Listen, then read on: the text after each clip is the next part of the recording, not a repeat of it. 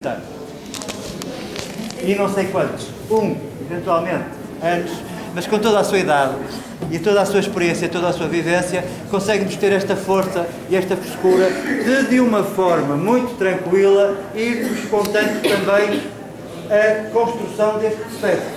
É bom que as pessoas não se esqueçam, não havia rigorosamente nada. Havia uma oposição absolutamente clara por parte das estruturas militares relativamente àquilo que julgavam nessa altura, há cerca de 4 ou 5 anos desta parte, que era uma ocupação selvagem do edifício, que era o reclamar do edifício na sua totalidade e o colocar os militares daqui para fora.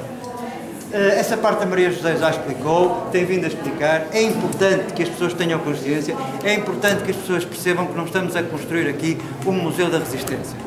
Nós estamos aqui a construir um espaço que nos fala da resistência, mas também nos fala da opressão. Nós temos acesso neste momento a um conjunto de salas, que são estas chamadas salas negras que estão aqui, que são as salas que estão identificadas como salas onde decorriam os interrogatórios e as torturas, mas nós estamos perante todo um conjunto de um outro espaço que é urgente conquistar. Estas salas que estão aqui ao lado, com aquela porta e esta porta e a outra porta ali, são salas que neste momento estão ocupadas de uma forma muito precária por instalações do museu. Ora, eu diria que é objetivo deste projeto, paulatinamente, conquistar essas salas. Porquê? Até porque essas salas ainda contêm algum do mobiliário que existia aqui no tempo em que isto era PIDE. Portanto, nestas salas ainda existe, de certa forma, eu quase que me atreveria a dizer, o cheiro da sua existência. Aqui, aquilo que se pretende nestes espaços é, neste saguão, portanto, neste espaço aqui, por um lado, promovermos este contacto que estamos a fazer neste momento, e temos neste momento uma visita a olhar para nós. Nós, neste momento, temos pessoas de uma visita que está a decorrer no museu a olhar para aquilo que está a ser dito aqui. Portanto, temos um espaço de interação e não temos um fecho. Até com fotografias que já nos foram mostradas, de uma pessoa que já estou aqui declarações, digamos assim, no âmbito do nosso projeto. Isto era um espaço fechado. Isto era um espaço fechado, nas históricas que nós conhecemos, porque aqui funcionavam dois serviços, um serviço prisional e um serviço, chamemos assim, de estrangeiros e fronteiras. Não é? Portanto, havia uma porta e havia outra porta. E esta parte nobre da casa era ocupada exatamente pelas visitas. Eles são as pessoas que entraram pela parte nobre da casa. Nós entramos como os presos políticos pela escada de serviços.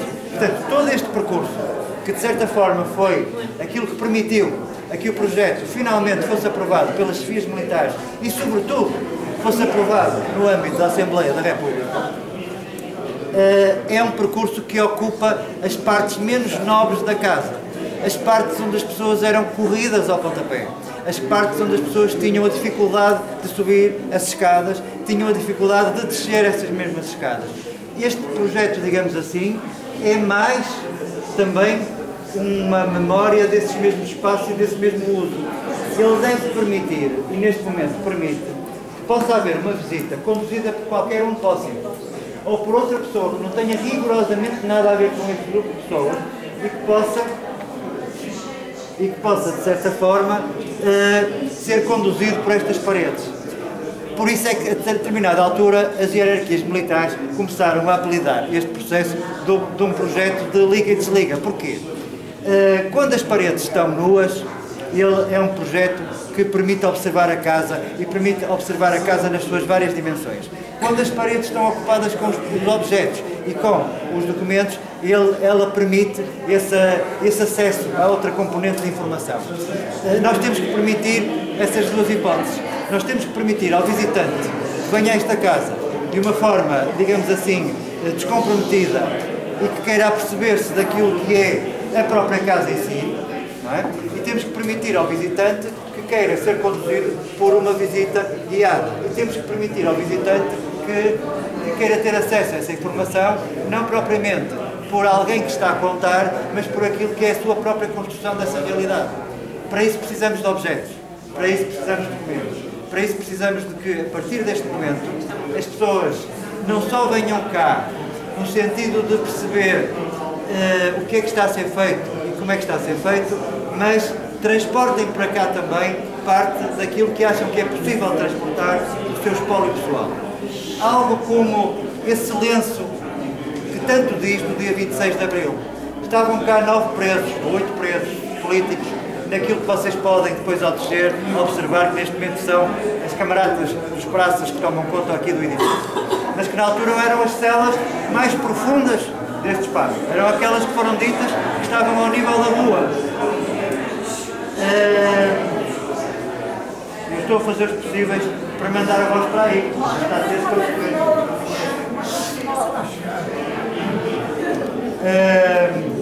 isto para dizer o quê?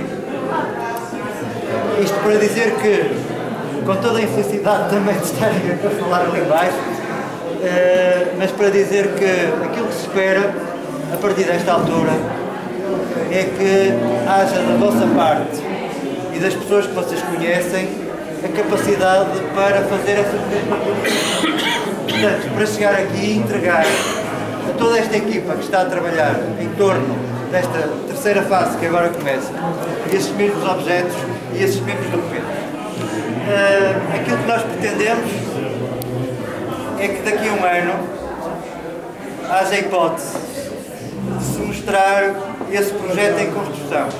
Eu ontem tive uma conversa que achei muito interessante com os responsáveis aqui da direção do museu. Neste sentido, eles perceberam perfeitamente que isto não é de maneira nenhuma uma restrição. Está montado a 15 dias, ou um mês, um espaço, ou um ano, ou aquilo que vulgarmente nos últimos anos começou a chamar como exposições temporárias, que eram exposições que estavam nos sítios 3 e 4 anos e depois eram desmontadas. Isto é um processo para ficar. Ninguém está à espera de acabar isto amanhã. Ninguém está à espera de acabar isto amanhã, porque daqui a um mês pode ser expulso porque veio outra exposição. Isso acabou. Portanto, neste momento, e com todo o processo paulatino que a Maria José fez referência, toda esta descrição, aquilo que se está a construir é essa tal unidade de informação em permanência. Algo que daqui a um ano tenhamos a capacidade de olhar para estas paredes que se pretende que contenham os objetos, para as paredes da escada, que já têm os dispositivos de projeção, não estão acabadas em termos de condições otimizadas para essa projeção, mas estão quase, mas que possam conter esses mesmos documentos, essas mesmas projeções, essas mesmas, digamos assim, esses mesmos contares diversos, esses vários olhares que cada um de vocês acaba por poder transmitir este projeto sobre aquilo que é a vossa percepção e a percepção das pessoas que conhecem daquilo que foram os anos de ocupação desta casa por parte da Polícia Política. Por último, só queria dizer isto, que é, isto podem ser tudo palavras vãs e nós podemos chegar à conclusão que daqui a 15 dias não há objetos, não há documentos, não há rigorosamente nada para fazer o projeto. E então digo assim, eu ponho o meu lugar à disposição, porque significa que o projeto e o processo assim feito de uma forma participativa, como nós defendemos, e alguns de nós defendem há muitos anos, e muitos de nós defendem há muitos anos do que eu, há muitos mais anos do que eu. Mas se nós queremos defender um projeto e um processo de participação, e não queremos que mais uma vez nos impinjam um discurso dito oficial, nós também temos que demonstrar essa mesma capacidade de intervenção. Não chega só a falar em processos e modos de democracia participativa, quando nós somos os próprios a achar que efetivamente talvez não tenhamos as capacidades para entrar nesses projetos. Ora, se nós temos aqui a hipótese de construir este projeto, se estamos no âmbito de uma estrutura militar que nos abriu as portas, que nos permite, se nós quisermos até, inclusivamente, no âmbito desta, entre aspas, 2 aspas, 4 aspas, 5 aspas, 6 aspas, ocupação, nós temos que fazer um programa de revitalização deste espaço. E o programa de revitalização do espaço, como eu digo, não passa pela construção da exposição, que uma pessoa chega aqui, venha com um amigo, atenda ao telefone, olá, estavam aí, passa, amanhã venha cá e tal, e depois o mini e vem o outro e não sei o quê, está feito. É um processo de construção lenta, digamos assim, é um processo de meia maratona. Nós temos a hipótese de o fazer. A questão é como é que conseguimos apanhar esse desafio. Desde a coxa de galinha, alguém que contou isto, não sei quem é. Desde o avante enterrado no quintal, passando pelo lenço ensanguentado, ou, impossível, fotografia da mordidela na mão, um cheiro, um olhar, uma fotografia do pai, uma fotografia do avô. Há um conjunto de museus na Europa que são feitos, e nos Estados Unidos também, a propósito do Holocausto, que são feitos de uma forma indireta. O grande Museu do Holocausto, em Nova Iorque, é feito com fotografias dos pais e dos familiares das pessoas que estiveram presas. Tinham uma vida normal. O impacto daquelas fotografias é muito mais forte do que o impacto de uma cabeça degolada. É só para entendermos os vários níveis de participação e para nós percebermos que, às vezes, um objeto, uma forma... isto agora está melhor. Uma forma, uma garrafa, uma fotografia, um livro com uma dedicatória. Há tantos alfarrabistas aqui na cidade do Porto, neste momento.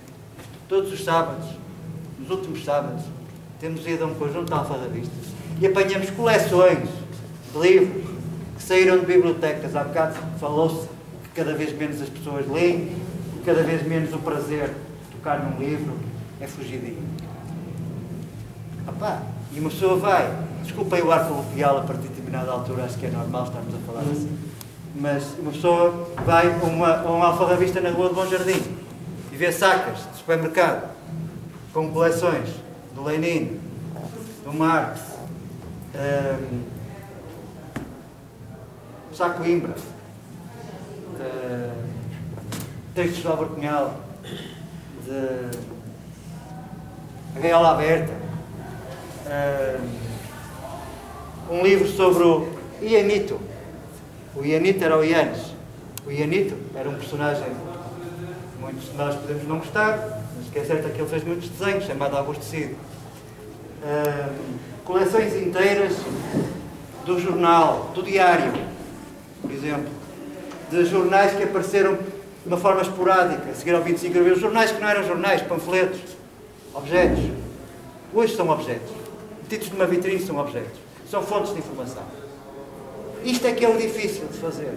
O resto é fácil. O resto, peço imensa desculpa. Demos 3,4 milhões de euros e monta-se num instante o Museu da Resistência. E ainda bem que se vai fazer o Museu da Resistência. Mas nós não funcionamos assim. Nós funcionamos, e a custo de muita dedicação de pessoas que não estão aqui, muitas invisibilidades. Estes processos são feitos de invisibilidades.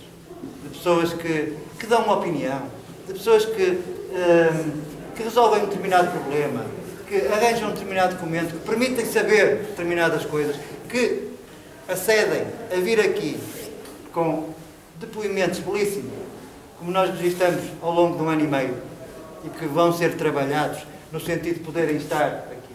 Seria tão bom que, a partir de determinada altura, nós conseguíssemos organizar um conjunto de visitas que tivessem uma periodicidade. Por isso é que eu falo da necessidade, neste momento, de se fazer um plano de programação deste espaço. Para além, nós já chegamos a uma determinada altura do projeto, eu espero não me estar a alongar, mas eu tenho que dizer estas coisas. Que para além do que o projeto dá lugar a outras coisas. Eu, neste momento, deixei de chamar a isto projeto. Neste momento, isto é uma obra. E como todas as obras, ela passa a ter vida a partir do momento em que tem habitantes. Nós não podemos ter os habitantes que cá estavam, felizmente, mas podemos ter uma interpretação dessa mesma história. Para isso precisamos desses objetos, precisamos desses documentos, precisamos dessa bondade que as pessoas, me parece, que estamos todos dispostos a dar. Às vezes, volto a dizer, as conversas são muito interessantes, costuma-se dizer que as conversas são como as cerejas. E, efetivamente, são. Eu estava a ouvir os depoimentos e estava-me a lembrar de um conjunto de ligações com outros depoimentos. Portanto, estas ligações que nós agora chamamos pomposamente de links, não é? Fazer um link para ali, um link para lá, outro link para ali, esta linguagem completamente cibernáutica, e ainda bem, nós precisamos de pôr o nosso processo e a nossa obra, permita uma expressão, linkado. Nós precisamos de começar a fazer links, como me explicaram, como me ensinaram há uns anos atrás. a documentação não precisa de estar toda no mesmo sítio. Nós temos é que saber onde é que ela está. Até pode estar na casa de alguém. Está em Lisboa, na Torre do Tombo, pode estar no Forte Peniche, pode estar no Centro de Documentação 25 de Abril em Coimbra, pode estar na Câmara do Porto, pode estar num conjunto de outros arquivos. Mas nós temos que, a partir desta base operacional, podermos fazer esse link, essa tal ligação. Neste momento o museu está-nos a correr com as campainhas, mas se me perdoam, eu vou só falar mais 2 ou 3 minutos porque acho que é importante que fique esta mensagem. Portanto, para além dos ambientes que, se nós descermos a escada, nós vamos começar a encontrar, isto é algo que se transmite em visitas, é algo que não se transmite, digamos assim, através de uma apresentação.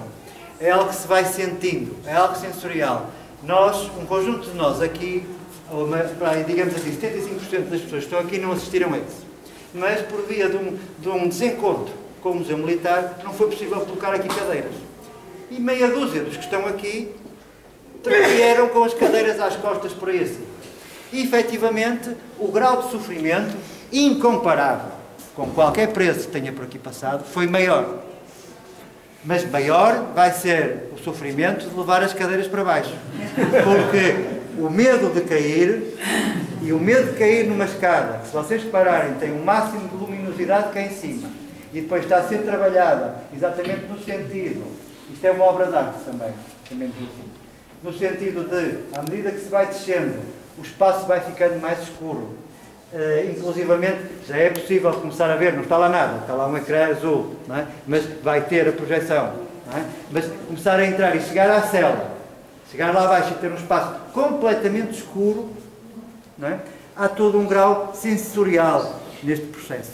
O facto de estar a olhar ali para aquelas 4 pessoas que estão ali naquele espaço escuro e de elas estarem ali perto de 2 salas que neste momento estão com o máximo de escuridão, e que exatamente vão alternando essa escuridão com a abertura, exatamente dada pelas projeções de documentos que possam estar ali, ou pelos filmes, inclusivamente, que possam estar ali. Há todo um conjunto de material da própria RTP, por exemplo, que nós podemos ter acesso e que podemos colocar aqui. Portanto, essa situação pode ser devidamente acautelada. Portanto, esses documentos que cada um de nós, ou cada um de vocês, pode ter, e pode ter em casa, e sobretudo pode ter, digamos assim, essa bondade de os ceder. Nós, se há um ano, dizíamos assim, começamos a recolher um conjunto de objetos e foram guardados, eles estão guardados. Neste momento, nós podemos começar a trazê-los para cá, mas não chega a estar o objeto. É preciso estar 2 níveis de informação. O primeiro nível da informação é uma legenda que permite identificar porque é que aquele objeto está ali. O segundo nível de informação é o nível que é dado num depoimento, porque eu não vou colocar uma coxa de galinha aqui, a coxa de galinha é mesmo verdade. Não é? O osso da coxa de galinha é mesmo verdade. Aliás, está aqui a pessoa que contou a história, não vai contar, ela está gravada, um dia pode contar outra vez. Mas exatamente estes ganchos que estão aqui, isto que está aqui com o cravo, não é? Isto que está aqui, é algo que, posicionável exatamente aqui, nestes painéis, vai nos permitir criar 10 quadros da história. E estes 10 quadros da história vão percorrer a história desde 1934 até 1974. Eu diria 75, mas até 1974. Não é? Ali naquele espaço vai estar exatamente algo mais relacionado com essa, digamos assim, essa vivência da tortura, essa vivência do interrogatório. De certa forma, os depoimentos. Nesta escada que está aqui, já neste momento, já há condições para se colocar exatamente os rostos das pessoas que cá estiveram. Portanto, aquilo que eram as fichas da PIDE, aquilo que era esse tipo de informação. Lá embaixo, por último, está o espaço da cela, está o espaço que inclusivamente pode fazer um apelo para outras estruturas que já não existem aqui no âmbito deste perímetro militar. O edifício que a Maria José falou, que estava aqui no centro, e que todos nós, ou alguns de nós, temos a consciência que existia, que foi demolido, não é? E as masmorras, as celas, que ainda hoje existem, no fundo, como oficinas, como espaços de arrumo, no fundo deste terreno, e que, através daí, ainda podemos ter a leitura arqueológica da presença da PVDE, aqui, que está lá escrito PVDE 1938. Portanto, é talvez dos documentos digamos assim, documentos mesmo mais antigos neste edifício e neste período. Por último, quando eu digo que é necessário fazer um programa, e que é necessário fazer, por um lado, um programa que corra em paralelo com a implementação do projeto e que, por outro lado, neste país há ao contrário de outros países na Europa, nomeadamente Itália, que tem muitos sismos, aqui neste país há uma certa relutância em fazer planos de manutenção. Faz-se, deixa-se e abandona-se. É muito difícil corrigir erros, porque não há tempo, porque teve que ficar, porque não houve oportunidade. Mas esta manutenção, eu quase que diria, manutenção e cuidado, carinho, salvaguardas, exatamente é um espaço de todos nós. Portanto, e nesse sentido há que fazer esse programa. E esse programa deveria passar claramente por um conjunto de sessões que de certa forma permitissem que as pessoas se reunissem neste espaço e que em torno de um determinado tema pudessem ajudar a continuar a contar essa mesma história. Esse programa poderia e irá passar de certeza por um conjunto de entrevistas e de gravações de depoimentos que neste momento passam a ter uma casa para existir, para ter lugar, que é aqui. Neste momento, só se não tivermos essa oportunidade, podemos, sediados numa sala aqui, pedir às pessoas que cá venham não prestar depoimento no âmbito de um interrogatório, como é lógico, mas prestar o seu depoimento para que ele possa ficar inscrito na memória deste projeto e desta obra. São os dois grandes pilares, digamos assim, em termos de programa. Mas a questão do objeto, a Câmara Municipal do Porto tem desde há uns anos esta parte, um programa que se chama Um Objeto e o Seu Discurso. Ora, os objetos contam-nos a história. Nós temos aqui este cravo é um cravo de Abril. Este cravo era um cravo que estava, quer dizer, porque é que a propósito deste cravo nós podemos contar um conjunto de histórias. Não é? Podemos até falar do cravo, do seu significado antes do 25 de Abril. Não tinha significado. Passou a ter significado. Isto é um objeto que tem o seu tempo de duração, mas para nós é eterno. Portanto, isto já depende da forma como nós olhamos para o objeto. E o objeto tem a capacidade de contar essa história. Eu faço referência e reforço esta questão dos objetos, porque acho mesmo que no âmbito deste projeto, se ele quer alcançar outras gerações, se quer atingir pessoas que neste momento estão em processo de formação no ensino secundário, no ensino universitário, que estão a começar a sua vida profissional, que se interessam inclusivamente ou não se interessam por estes processos, nós temos aí de certa forma essa obrigação. Ora, em termos didáticos e em termos pedagógicos, todos nós sabemos que um objeto é algo que, desde o infantário, permite cativar a atenção das pessoas. Portanto, e é nesse sentido que eu espero que daqui a um ano, e nós esperamos que daqui a um ano, possamos estar com estas paredes todas cheias de objetos, com estes projetores todos cheios de documentos e com muitas histórias contadas na primeira pessoa ou contadas por pessoas que neste momento, digamos assim, portanto, concedem essa mesma oportunidade ou têm essa oportunidade de contar essa história, mas que muitas vezes não falam da sua história pessoal. Falam da história de outros que não podem falar, porque já morreram. Mas falam também de algo que me parece importante, que é o seguinte: falam da cidade. A forma como foi falado há pouco, que decorreu o processo de ocupação deste edifício, a forma como, de certa maneira, ocupou o processo de ocupação desta cidade, a forma como, durante cerca de 48 anos, decorreram todos os processos de resistência e de opressão também, num conjunto de outros espaços da cidade, fazem claramente que este projeto e esta obra tenha essa vertente, que é de nos transportar para a dimensão urbana, para a dimensão do território, transportar aquilo que é o conhecimento que pode estar agregado aqui e então fazer ao contrário. Nós não vimos aqui fazer uma exposição temporária. A partir de determinada altura, este projeto, esta casa, este processo tem que ter a capacidade de exportar informação, de levar essa informação às escolas, de levar essa informação aos centros de documentação, de levar essa informação aos museus, de levar essa informação à cidade. Portanto, isso é, digamos assim, a última fase do processo de implantação. Eu acho que tudo isto só se faz com boa vontade, faz-se com militância. faz-se com generosidade, faz-se sobretudo sem ligar àquilo que neste momento acontece lá fora.